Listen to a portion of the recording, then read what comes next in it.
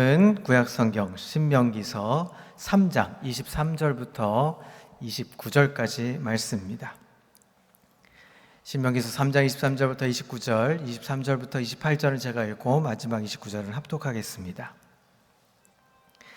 그때 내가 여호와께 간구하기를 주 여호와여 주께서 주의 크심과 주의 권능을 주의 종에게 나타내시기를 시작하셨사오니 천지간에 어떤 신이 능히 주께서 행하신 일 곧 주의 큰 능력으로 행하신 일 같이 행할 수 있으리이까. 구하옵나니 나를 건너가게 하사 요단 저쪽에 있는 아름다운 땅 아름다운 산과 레바논을 보게 하옵소서 하되, 여호와께서 너희 때문에 내가 진노하사 내 말을 듣지 아니하시고 내게 이르시기를 그만해도 족하니 이 일로 다시 내게 말하지 말라. 너는 비스가 산 꼭대기에 올라가서 눈을 들어 동서남북을 바라고 내 눈으로 그 땅을 바라보라. 너는 이 요단강을 건너지 못할 것임이니라. 너는 여호수아에게 명령하고 그를 담대하게 하며 그를 강하게 하라. 그는 이 백성을 거느리고 건너가서 내가 볼 땅을 그들이 기업으로 얻게 하리라 하셨느니라. 함께 있습니다. 그때에 우리가 벳부얼 맞은편 골짜기에 거주하였느니라. 아멘. 할렐루야. 오늘도 하나님의 은혜와 평강이 삶에 넘치시기를 그리스도의 이름으로 소망합니다.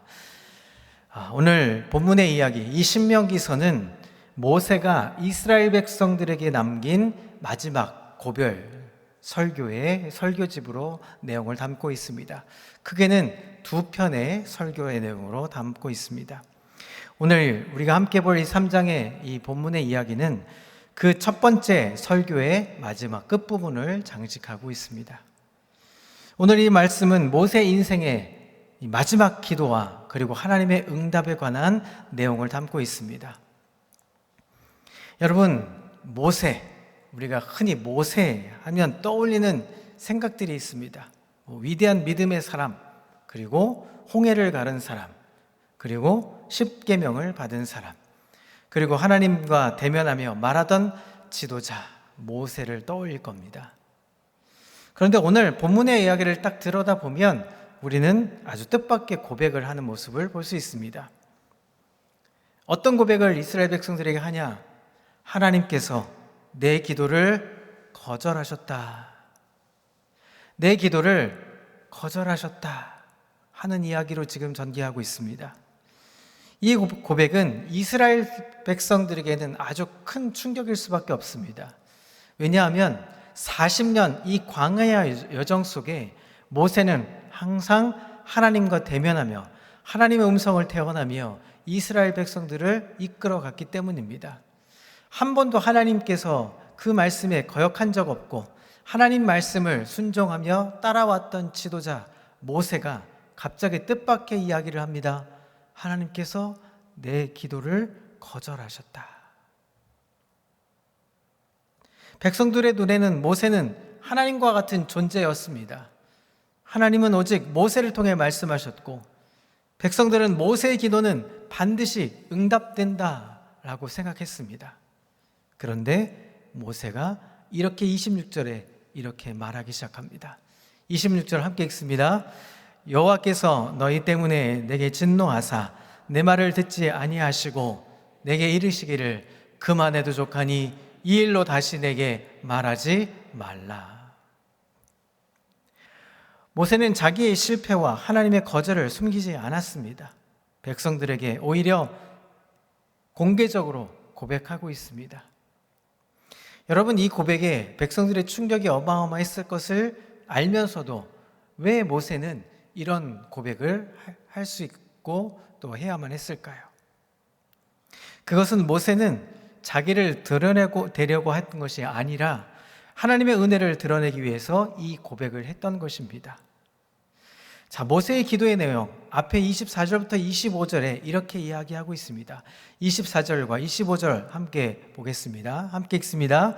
주 여호와여 주께서 주의 크심과 주의 권능을 주의 종에게 나타내시기를 시작하셨사오니 천지간에 어떤 신이 능히 주께서 행하신 일 곧 주의 큰 능력으로 행하신 일 같이 행할 수 있으리이까.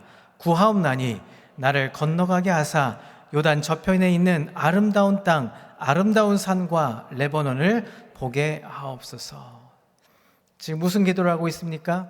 하나님께 하나님의 크신 일들을 기대하면서 이렇게 살아왔습니다. 하나님은 참 놀라운 전능하신 하나님이십니다 라고 기도하면서 뭐라고 합니까? 구하옵나니 나를 건너가게 하사 요단 저편에 있는 아름다운 땅, 어떤 땅입니까? 가나안 땅, 아름다운 산과 레바논을 보게 해달라고 지금 간절히 소망하고 기도하고 있습니다. 지금 모세는 이 저편, 요단 저편은 어떤 것이냐? 요단강 동편에 지금 서 있습니다. 그의 나이 120세입니다. 40년 동안 하루도 잊지 않고 바라봤던 땅, 이 가나안 땅이 지금 눈앞에 펼쳐져 있습니다. 아름다운 땅, 아름다운 산과 레바논을 보고 있습니다. 저 강만 건너면 약속의 땅을 만나게 됩니다. 그렇게 간절하게 소망했던 40년의 기간을 물리치고 이제 그 땅에 갑니다. 저 강만 건너면 평생의 사역이 이제 마무리되고 완성됩니다. 얼마나 고대했던 땅입니까? 얼마나 기대했던 땅입니까? 광야의 길을 지나면서 얼마나 기진하고 힘들었던 시간들을 지나 이제 강만 건너면 됩니다. 그 순간 모세의 마음은 어땠겠습니까? 하나님, 여기까지 왔는데 하나님 한 번이라도, 아니 강이 길지 않거든요. 요단강이 그렇게 폭이 넓지 않습니다. 조금만 건너면 밟게 되는 땅, 그 땅을 보기만이라도 하게 해주십시오 라고 지금 기도하고 있습니다. 여러분, 이것이 과연 욕심일까요? 여러분 한번 생각해 보십시오. 40년 동안 바라고 바랬던 가나안 땅, 강만 건너면 되는 땅, 폭이 넓지도 않는, 어느 순간 금세 건널 수 있는 땅입니다. 여러분, 이 기도가 과연 어떻게 생각하십니까? 욕심이 아니라 오히려 당연히 인간적이고 당연히 할 수 있는 기도일 수도 있습니다. 자, 그런데 모세는 이 기도 속에 하나님의 마음을 이미 알고 있었습니다. 민수기 20장에 보면 하나님께서 불순종했던 사건 때문에 이 모세는 가나안 땅에 들어가지 못한다는 것을 이미 알고 있었습니다. 이스라엘 백성들이 광야에서 갈증을 참지 못하고 있을 때 모세를 공격합니다. 원망하고 불평합니다. 하나님께서 모세에게 지팡이를 반석에 쳐서 물을 내서 그들을 마시게 하라고 명령하십니다.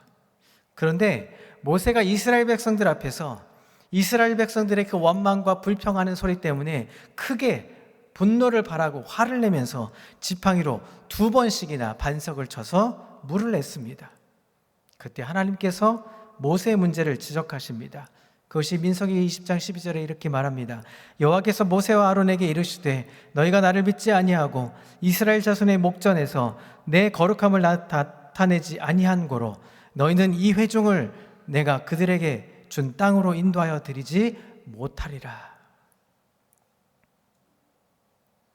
그렇게 들어가지 못할 것을 알면서도 막상 가나안을 눈앞에 보니까 얼마나 마음이 동했겠습니까? 눈물을 흘리며 간절히 기도했을 겁니다.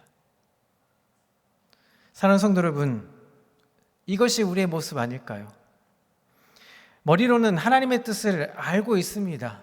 수도 없이 말씀을 보고 배우며 익히며 공부하며 수십 년 동안 그 말씀을 들으면서 우리는 하나님의 뜻이 어떤 것인지 대략적으로는 알 수 있습니다. 그런데 마음은 어떻습니까? 하나님께 순종하고 하나님께 복종하고 하나님 앞에 나아가야 되는 걸 알면서도 자꾸 다른 걸 붙잡아 보고 싶습니다. 포기해야 되는 걸 알면서도 다시 한번 기도해 보고 싶은 마음. 여러분, 우리도 종종 이런 마음이 있지 않습니까? 예수님도 겟세마네 동산에서 기도하실 때 이렇게 기도하십니다. 아버지여, 만일 아버지의 뜻이거든 이 잔을 내게서 옮기시옵소서. 주님은 할 수만 있으면 이 잔을 좀 물려달라고 요청합니다. 하나님의 뜻을 알고 있으면서도 너무 고통스러워, 너무 힘들어서 한 번은 물리쳐보고 싶은 마음으로 하나님께 간절히 기도합니다. 그러나 고통 앞에서 인간적인 기도 결국은 어떻습니까? 결국은 하나님의 뜻대로 해달라고 다시 한번 구합니다. 여러분, 우리의 삶에 있어서 모세도 하나님의 뜻이 아님을 알자 그 이상은 기도하지 않습니다.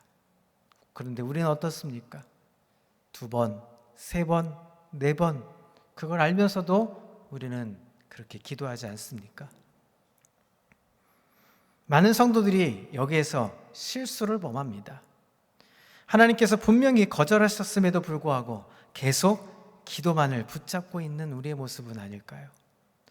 여러분, 우리 기도 제목 속에 물론 하나님의 마음을 알고 하나님의 뜻을 기억하며 하나님이 원하시는 길로 가기로 작정하고 하나님의 뜻을 분별하기로 작정하고 하나님의 뜻을 이루기 위해서 애쓰고 힘쓰는 걸 알면서도 한편으론 하나님, 내 마음을 좀 들어주시면 안 될까요? 라고 기도해 본 적 있지 않으십니까? 그러면서 이렇게 기도합니다. 하나님이 내 기도를 안 들어주신다. 하나님이 나를 사랑하지 않으신다. 하나님이 정말 살아는 계신 걸까? 여러분, 우리 기도하다 보면 이런 기도, 이런 원망, 이런 불평 종종 할 때가 있습니다. 야고보서 4장 3절에 이렇게 말합니다. 그 이유를 이렇게 말합니다. 구하여도 받지 못함은 정욕으로 쓰려고 잘못 구하기 때문이다. 우리의 욕망이 하나님의 뜻을 가리면 우리는 응답으로 보지 못합니다. 하나님은 거절로도 말씀하시는데, 거절이라는 것을 말씀하시는데 우리는 어떻게 받아들입니까? 그것을 침묵이라고 받아들입니다. 하나님은 아니야 라고 얘기하시는데 우리는 그것을 듣지 않으려고 침묵하시는 걸로 오해합니다. 하나님 모세에게 단 한마디로 응답하십니다. 그만하면 족하다. 여러분, 이 말이 냉정해 보이지 않으십니까? 그만해. 야 모세, 이제 그만해. 너 못 돌아간다고 내가 이미 얘기했잖아. 그만해. 이 냉정해 보이는 이 말뜻을 조금 더 깊이 들여다보면 이런 깊은 사랑의 의미를 우리가 볼 수 있습니다. 사랑하는 모세야, 내가 내게 준 은혜가 이미 충분하단다. 더 가지지 않아도, 더 앞으로 가지 않아도 충분하단다. 이 말씀은 바울에게 하신 말씀과도 동일합니다. 고린도서 12장 9절에 이렇게 이야기합니다. 한번 읽어볼까요? 빨간 줄만. 시작. 내 은혜가 내게 족하도다. 바울은 병을 낫기를 위해서 3번이나 구합니다. 그러나 하나님은 단 한순간도 고쳐주시지 않고 응답하시지 않았습니다. 왜였을까요? 12장 9절에 보면, 고린도후서 12장 9절에 보면 자신이 하나님께 받은 것이 너무 많아서 교만하지 않게 하시려고 이 병을 몸에 가시로 두게 하셨다라고 고백하고 있습니다. 하나님은 바울을 벌하신 것이 아니라 바울을 지키시기 위해서 그렇게 하셨던 것입니다. 여러분, 한 성도가 사업을 시작하려고 간절히 기도를 했습니다. 하나님, 이번 계약만 성사만 되면 제가 많은 헌금을 좀 하고 싶습니다. 하나님, 제발 요 계약만 성사되게 해주십시오. 이것만 되면 제 평생의 삶이 달라질 수 있고 하나님, 정말 하나님께 많은 것들을 드릴 수 있을 것 같습니다. 그러나 마지막 순간에 그 계약은 깨져버렸습니다. 이 성도는 크게 낙심하고 하나님을 원망했습니다. 하나님, 왜 이렇게 하셨습니까? 왜 제게 응답해 주시지 않으셨습니까? 그리고 몇 달이 지나고 나서 계약하려고 했던 그 회사가 부도가 났다는 소식을 듣게 됩니다. 그 계약에 참여했던 사람들은 큰 빚을 지게 되었습니다. 그때 이 성도가 하나님 앞에 이렇게 다시 고백합니다. 하나님, 그때 거절해 주신 것에 대한 응답이었던 것을 이제야 고백합니다. 그때 막아주신 것이 은혜였음을 하나님 고백합니다. 사랑하는 성도 여러분, 우리는 뒤늦게 알게 되는 것이 참 많습니다.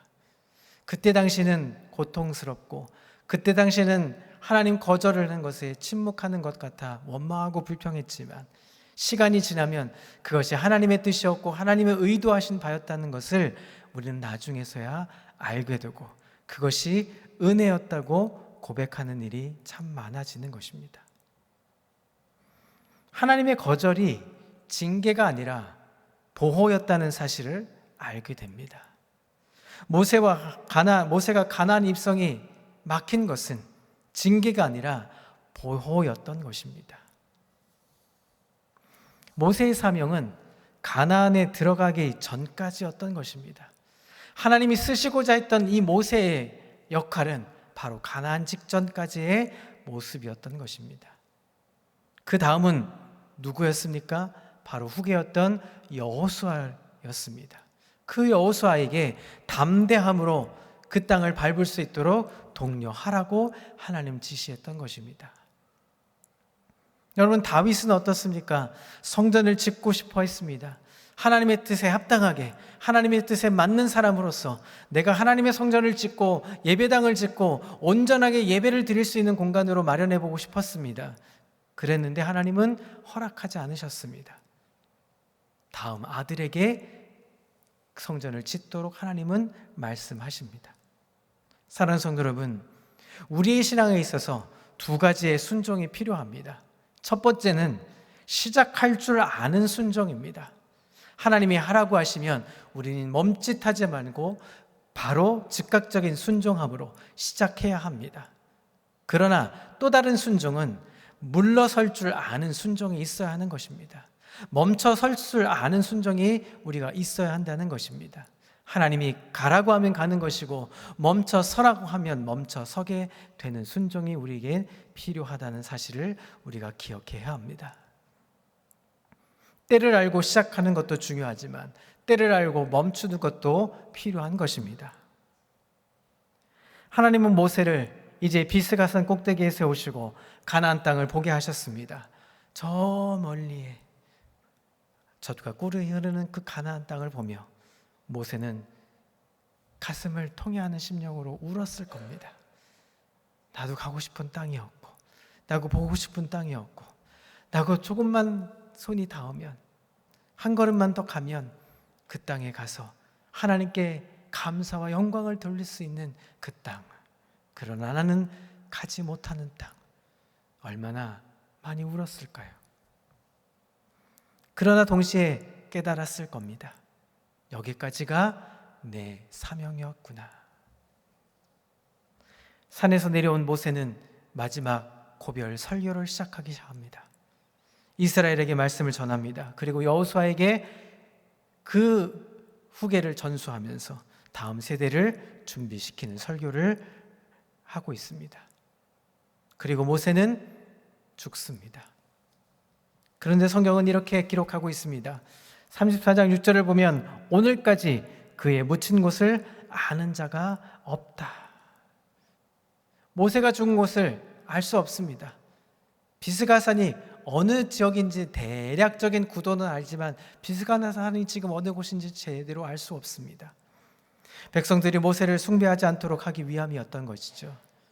모세는 자기 이름이 아니라 하나님의 이름만 남기고 싶었던 것입니다. 신명기서 34장 6절에는 이렇게 말합니다. 그의 눈이 흐리지 아니하였고 기력이 쇠하지 아니하였다라고 말합니다. 노새에서 죽은 것이 아니었다는 것입니다. 하나님은 모세에게 마지막까지 감당할 힘을 주셨습니다. 그리고 평안히 죽음을 맞이했습니다. 여러분, 이것이 하나님이 족한 은혜라고 오늘 성경은 말해주고 있는 것입니다. 사랑하는 성도 여러분, 모세는 가나안 땅에 들어가지 못했지만 실패자가 되지 않았습니다. 오히려 가장 아름다운 인생의 마침표를 찍은 사람 모세였던 것입니다. 그는 자기의 사명이 끝났음을 알고 미련을 두지 않았습니다. 자기 이름을 남기지 않으려고 했고 자기 무덤조차 남기지 않으려 했습니다. 오직 하나님의 이름만 높이며 남기고 떠났습니다. 우리 인생에도 요단강 앞에 서는 순간이 찾아올지 모릅니다. 어떤 순간에 우리가 하나님의 음성을 듣고자 할 때, 여러분, 우리는 요단강 앞에 설 때가 많습니다. 한 걸음만 더 나가면 뭔가 이루어질 것 같고, 한 걸음만 더 나가면 뭔가 해결될 것 같고, 뭔가 이 벼락 끝에 서 있을 때 한 발만 더 하나님께서 내들 길을 보여주시면 정말 좋으련만, 때로는 하나님이 침묵하시는 것 같아 고통스럽고 하나님이 외면하시는 것 같아 불안하고 초조하기만 했습니다. 여러분, 그 순간 우리는 어떻게 합니까? 원망하고 불평하십니까? 우리는 이렇게 고백할 줄 알아야 합니다. 그 은혜가 족합니다. 그 은혜가 내게 충분합니다. 하나님이 나에게 주신 은혜로만 내가 살았음을 고백합니다. 이 고백이 우리에게 있기를 그리스도의 이름으로 소망합니다. 여러분, 실패하는 것도 은혜입니다. 거절당하는 것도 은혜입니다. 멈추게 하시는 것도 하나님의 은혜입니다. 인생을 평안히 마치게 하시는 것도 하나님의 은혜인 것입니다. 이 족한 은혜는, 이 충분한 은혜를 아는 사람은 원망으로 인생을 마치지 않습니다. 집착으로 인생을 마치지 않습니다. 감사로 인생을 마무리합니다. 감사로 인생을 살아갑니다. 믿음으로 인생을 살아가게 되는 것이 바로 하나님의 풍족한 은혜를 누리며 사는 족한 은혜의 인생을 사는 사람일 것입니다. 사랑하는 성도 여러분, 우리는 더 많은 것을 가져야 행복하다라고 생각하는 것이 아니라 이미 받은 은혜를 감사함으로 깨닫고 누릴 줄 아는 하나님의 사람 되시기를 그리스도의 이름으로 소망합니다. 오늘 하나님이 우리에게 주시는 말씀은 바로 이것입니다. 내 은혜가 내게 족하다. 이 고백이 원망의 입술을 감사의 입술로 바꾸고, 두려움을 믿음으로 바꾸고, 집착을 맡김으로 바꾸어 나갈 수 있는 하나님의 사람, 족한 인생들이 되시기를 그리스도의 이름으로 소망합니다. 우리 모두가 모세처럼 우리 각자 받은 사명이 있습니다. 우리 하나님의 뜻을 이루기 위해서 받은 사명과 소명이 있습니다. 그것을 전진하기 위해서, 그것이 맞춰질 때까지 하나님의 영광을 바라보며 복된 인생으로 내 은혜가 족합니다. 충분합니다. 감사합니다. 누리고 사는 하나님의 사람, 하나님의 백성, 평강교회 성도 다 되시기를 그리스도의 이름으로 소망합니다. 기도하겠습니다. 하나님